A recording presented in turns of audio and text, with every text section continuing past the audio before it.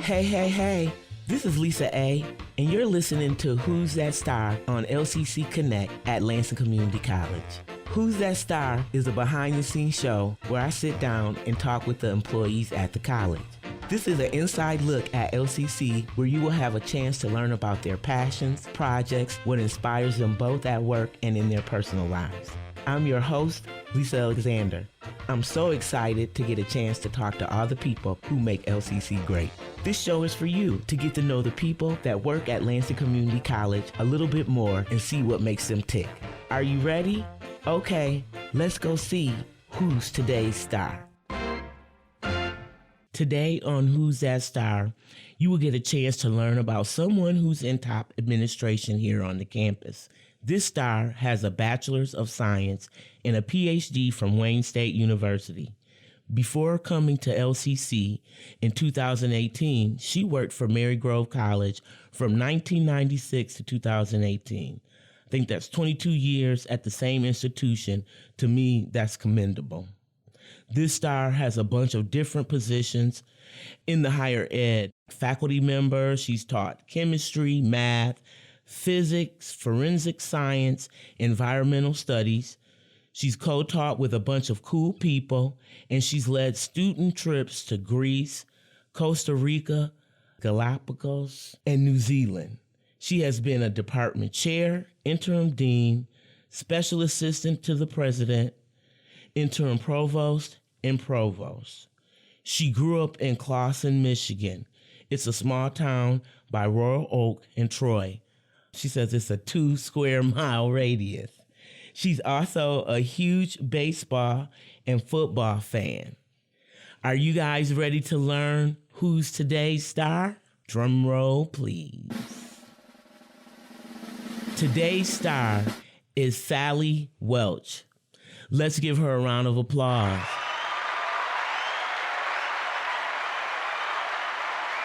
Welcome, Sally, to Who's That Star. Thank you, Lisa, and I really appreciate the invitation. I'm honored to be here. Yeah, I'm honored to have you. I'm excited because I'm going to tell you, like, when I got into higher ed, I didn't really know what your role was. I was like, what does a provost do? And so I think this is a good platform for you kind of explain some of the stuff that you do. So I guess we'll start out. Tell me about what you do here at LCC and like what that role looks like. I think my biggest job is problem solving. Yeah. So how do I remove barriers for students? How do I remove barriers for faculty and staff? Mm-hmm. And sometimes it works out great, and sometimes the answer is we can't do anything. Right. When people talk about provost, you are the top academic person on campus, right? Yeah, I'm considered the chief academic officer or the chief learning officer of the campus. So everything like goes through you as far as academically wise. Would I meet with you if I was doing a class? Not necessarily. You would meet with your faculty member and then probably the division associate dean or dean. What I'm getting you to understand is she's high on the chain, okay?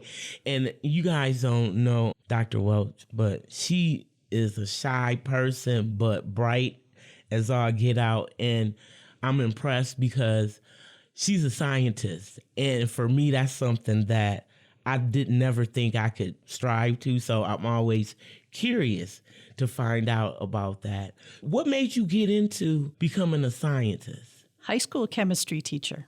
Okay. Kind of growing up in Clawson, we had a very strong science program, science curriculum through junior high and high school. Mm-hmm. I took biology and physics, and I was like, it's okay.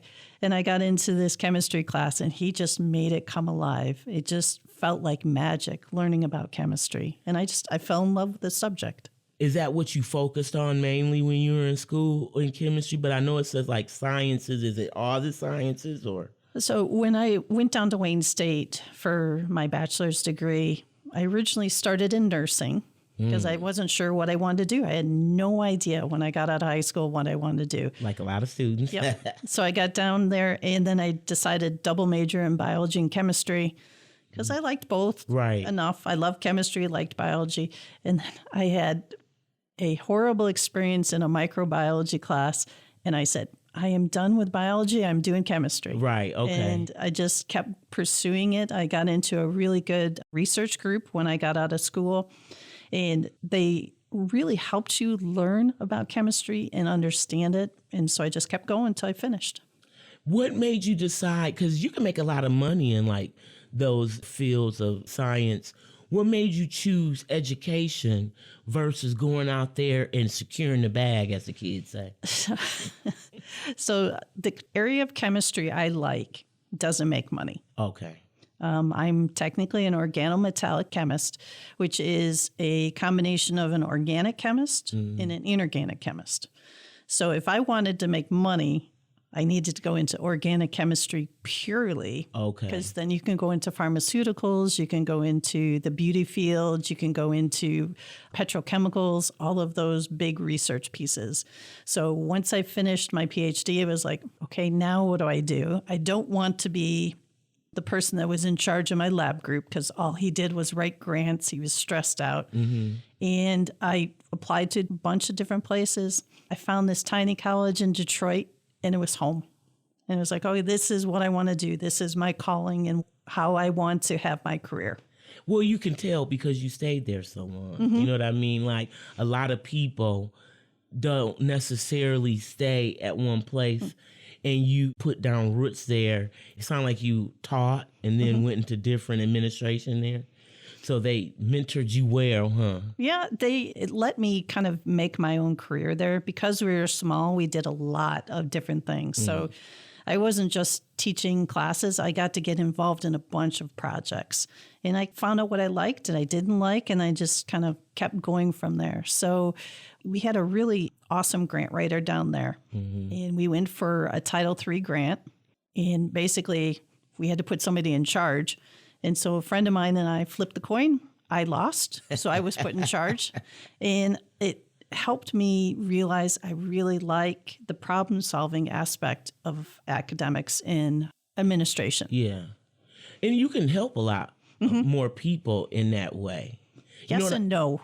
Well, I mean, I think some of the decisions that you have, it affects a lot of students. And so you can make those choices that help students. And I think you've led the way to help students, you know, to cut time in classes that they may not necessarily need. You've helped support that. And you want students to get educated timely, but still have fun. And I think, you know, you brought a lot of different programs to campus. So for me, you get an opportunity to help people grow in their different areas by different initiatives that you start. I think that's pretty cool. We kind of touched on this. Why do you work at LCC, and like what keeps you coming here, and why are you passionate about it? I know you like the science, but what does it, because you could be somewhere else. So my old school, they ended their undergraduate program. And I wanted to find a place that had the same vibe that my school did. And I found the ad and I applied here. The first day I came, it was like, this is the right place. And I feel like I'm home again. So that for me is the most important thing when I try and get a job or look for a place that I want to work at. I don't want it to be a job. I want it to be my home. I want to work with my family, and I want to help my family grow. That's kind of how I think about it. So what helps me to come back every day, excites me about getting up in the morning is, what can I do to help people move things forward? So sure, there are tough days and there are hard things to do, but to see people smile on campus, to be able to call a student and say, hey, by the way, you can graduate, we were able to solve your problem, that makes my day. That energizes me. And that's a good feeling too. That's a part about my job that I love, is that when you can help a student and help them reach that goal, whether it's an easy process or it's hard, it's a thrill. You know, it's fun. So to see their smile and to see them at graduation with their family and how proud they are, that makes it all worth it. It does, exactly. Well, I was going to ask you, like, what really lights you up? What makes you excited in your life? Outside of LCC, it's really family and spending time with it. I'm very fortunate. I still have both my parents. Oh, yes. And to be able to be there for them right now, they're older. And so to be able to help them navigate just fulfills me. Yes. And then I love to travel and do things at home. Those things kind of give me that work-life balance that I need to kind of move forward. So I have a very pleasant life. I'm very happy, very enjoyable life. That's good. I was going to ask you about when you took the student trips, because when you mentioned traveling, I was thinking about, like, how did you get involved with that? Like, were you what is that where you go and learn, but it's not that? It's not study abroad. Yeah. Okay. Yep. It's not study abroad. My old school had a study abroad program. Most of our students came from inner city Detroit, never left the city, never been on a plane. And so our job was to give them experiences they could take with them wherever they wanted to go. So we would apply for running particular programs. So if you got accepted, then you would run your program and take students there. So I always co-taught my courses. So my very first trip was to the Galapagos Islands in Quito, Ecuador, and I did it with an English professor. Wow. And so we did literature and a little bit of the science, mythology, and creationism, and just fabulous time. And I talked about students smiling at graduation, seeing them experience, they're petrified to get on the plane. Right. In our first trip, we had to take these little tiny boats across to one of the places we were staying, watching people be brave to get on there. I don't think I could ask for anything better in life. I feel like I'm one of those students because I've never, left the U.S. and I really don't fly a lot, but I'm always interested in going and looking at different places. And all the places like you've been, like I really wanted to go to Greece because it looks the scenery looks so beautiful. And for you to get an opportunity to show people that, but you would probably send me home because I would not like getting on the boat, and all those firsts are so scary, and how you can get people to do that. That's a cool thing. Yeah, when we taught the classes, so we would have almost a full semester of classes before we'd go on the trip. Okay. And so students would hear about, okay, these are the things that you need to do. I think our biggest challenge my first trip was don't drink the water. Right. And I actually had a student pack a suitcase full of water, which is fine. I mean, Yeah. it was like, okay, you got to really worry about the words that you use. But if you were on a trip that I was going to take, you would feel prepared to do all of those things and know what you were going to experience. Yeah. You might still be scared, but we would be right there with you doing it. And be prepared. And then, sometimes that's how you find out some of the best things, if you overcome that fear. And it sounds like you had the students well prepared. So that's cool. So maybe I'll have to hit you up when I get that trip to Greece. I think once your daughter graduates from high school, maybe you guys should take a trip. Yeah, well, that's in June. So maybe we can start a program because she's coming here to LCC. We need for you to teach a program and get us over there, Dr. Welch. I think that would be cool. What is a subject, what is a subject outside of science that you geek out about, or is a topic that you love to learn about? To be honest, anything new. Oh, I'm really curious and interested about it. I like to watch the History Channel and learn about the different cultures and time periods. I like to know how things work and figure it out. Mythbusters, probably one of my favorite shows, just to take those pieces and the scientists that put everything together and say, yeah, that's right, it's a myth or not a myth. Lots of fun. Mm-hmm. I'm very curious about the world. So I don't know if there's a specific subject, but all subjects. I'm just like interested. learning. Mm-hmm. Hey, that's good. I'm not that way, but I feel like, there are specific subjects, but you're just interested in finding something new, learning about it. So that's cool. Well, what life lessons have you learned the hard way? I think probably the biggest one is earlier in my career, put more life in my work-life balance. and to pause and take time to enjoy things instead of I got to get this paper done and that done and I got to get these things graded. You're going to ask later on what's my favorite saying or similar to that. Is the older I get, the more I appreciate life is short and to experience as much as you can and take that time to just do different things and not just work all the time. Right. That's a hard thing because I was sucked into the world probably for a good 10 years. And I taught probably 17, 18 credits. I was a chair. Wow. Did other things. And so you get up at 5 a.m. and you come home at 6 p.m. You're tired, you go to bed and you do the next thing, same thing next day. So I try to work really hard on having balance now. It sounds like it too, when you talked earlier about the travel and spending time with your family, that's important to you now. You know what I mean? Not that it wasn't before, but it's a priority and it's something that is important that you want to do. I think that's cool. Who do you admire most in the world? So if we're looking at famous people, I really like Barack Obama and I like Michelle Obama better, but I like both of them. They always make you smile and feel good about you in the world when they talk. And I admire that capability. Yeah, I admire them. I think I admire my mom. What about your family? You have any family member that stick out maybe?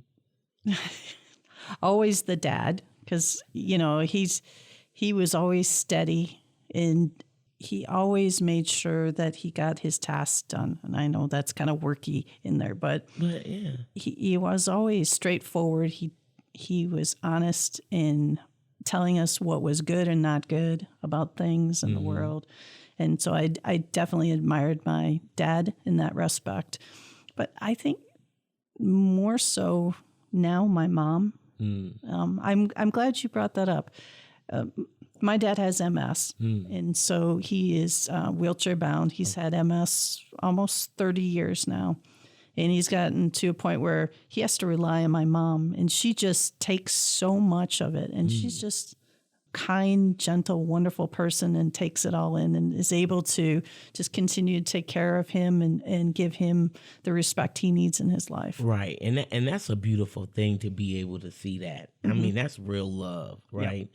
That's that for better or for worse, right? That's you got to make sure you're there. And it sounds like they're both cool people. I want to ask you, is it go green or go blue? Of course, go blue. Of course. Oh, yeah, you are from the Detroit area, aren't you? I forgot that.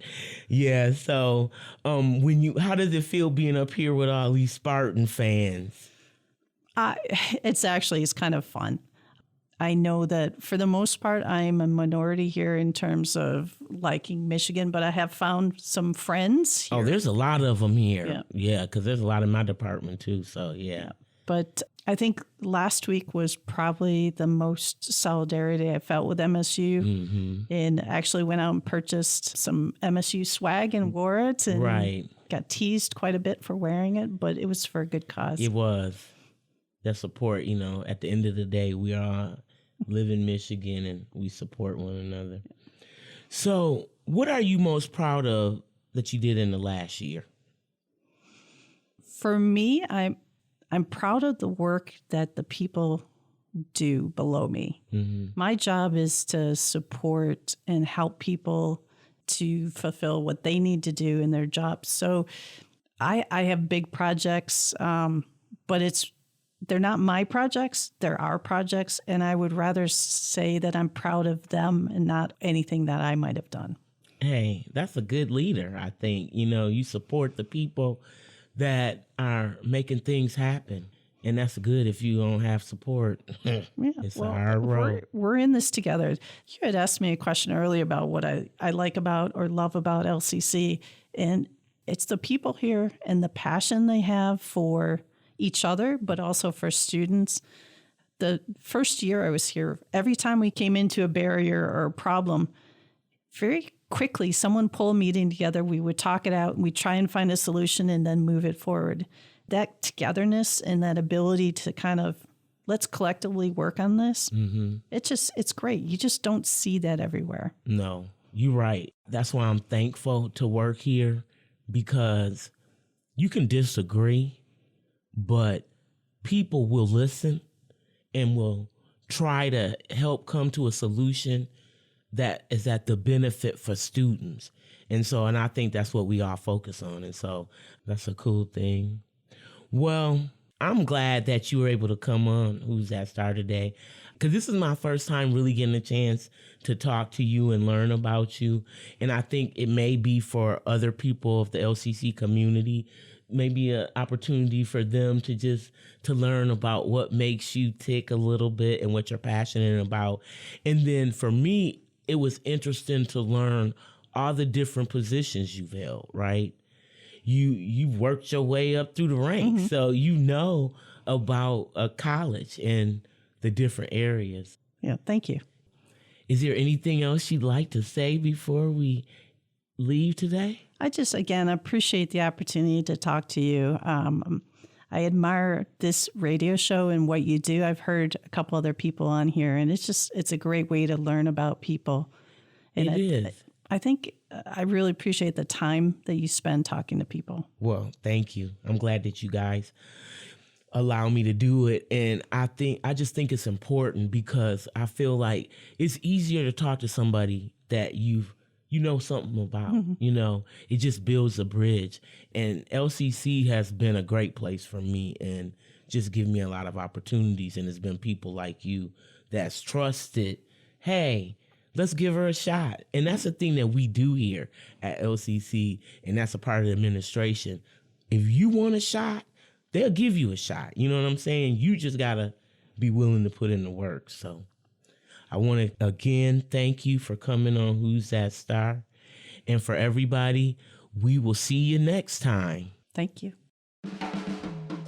You've been listening to Who's That Star? I'm Lisa A., and you can listen to this episode of Who's That Star and other shows from LCC Connect anytime online at lccconnect.org. Thank you for listening. Catch me next time to find out who's that star.